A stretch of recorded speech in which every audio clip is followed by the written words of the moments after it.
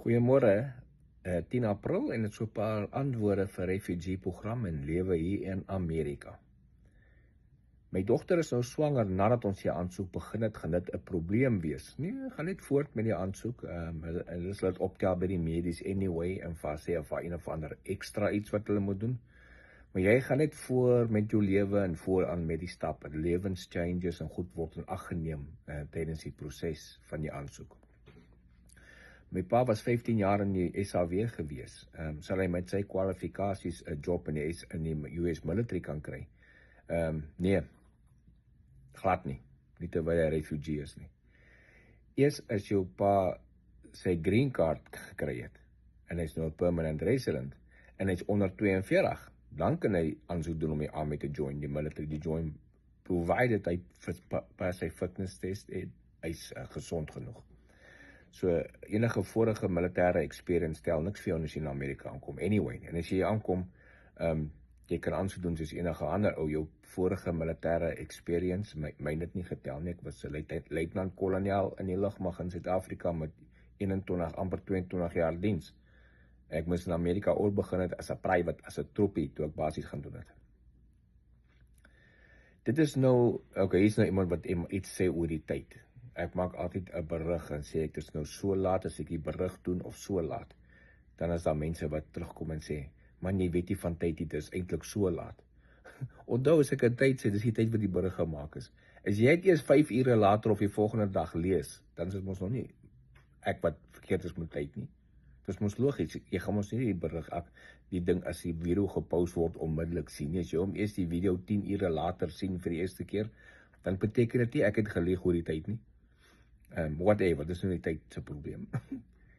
Ons het 16 Maart aansoek gedoen en nog niks gehoor nie.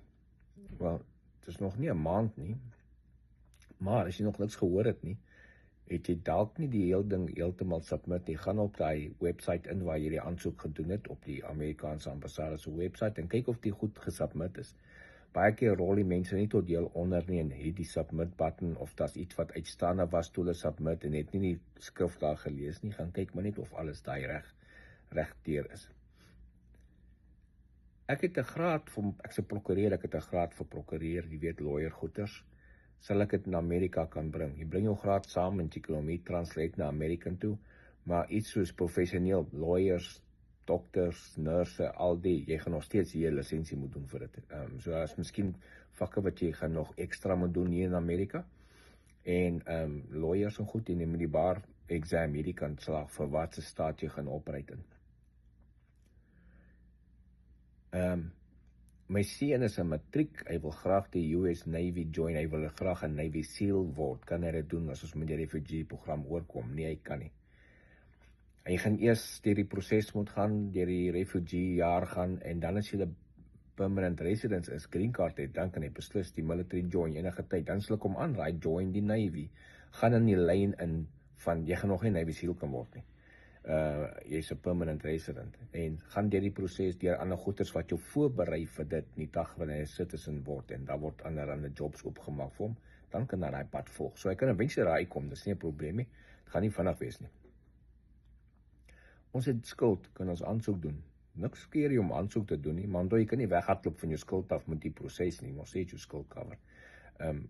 Maar niks keer jy om aansoek te doen as jy skuld het nie. Wanneer moet ons bedank of ons huis verkoop en so voort? Daai kan ek jou nie 'n antwoord gee nie, dis jou eie keuse.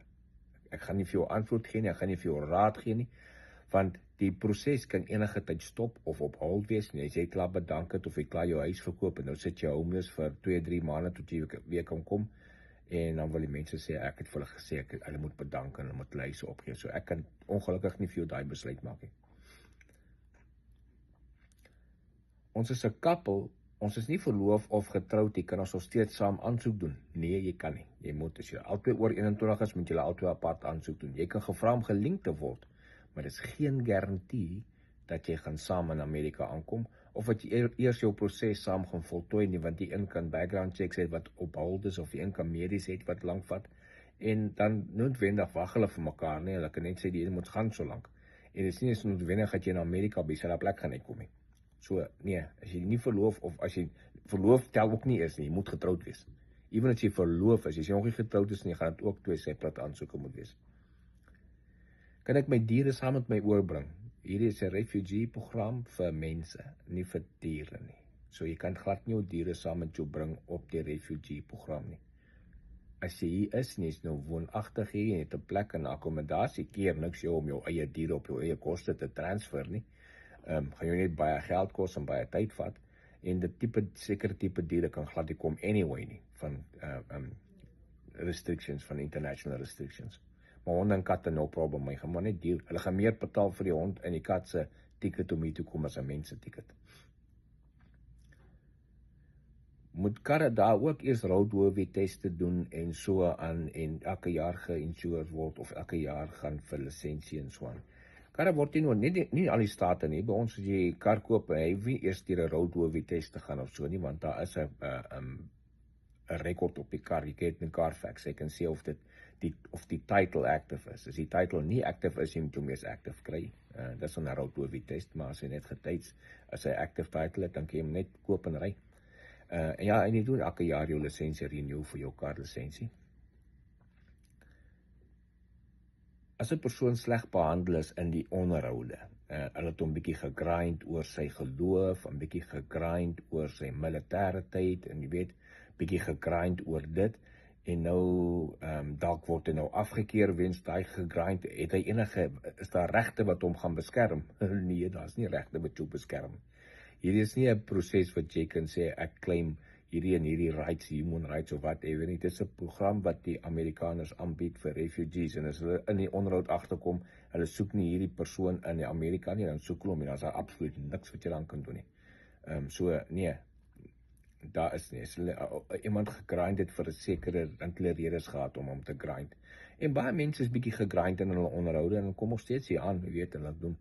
Dis daai agent daar, so die Amerikaanse agent se due diligence om te volg, om seker te maak dat hy bring nie kriminele in die land in, of mense wat gaan terrorisorganisasies join, jy weet, mense wat 'n probleem vir die bevolking gaan word nie, gaan dit definitief inbring nie. So as jy op jy grind daaroor, gaan deur die grinding, maar as hulle jou afkeer daaroor, daar's nie 'n plek wat jy gaan complaints insit en sê, ek het rights, julle moet my aanvaar nie. So ongelukkig nie. Nee, daar's nie so iets nie.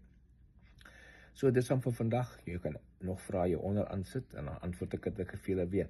Moontlik gaan ek môre met julle 'n interview doen of 'n live doen en dan maak ek julle laat weet. Geniet die dag verder.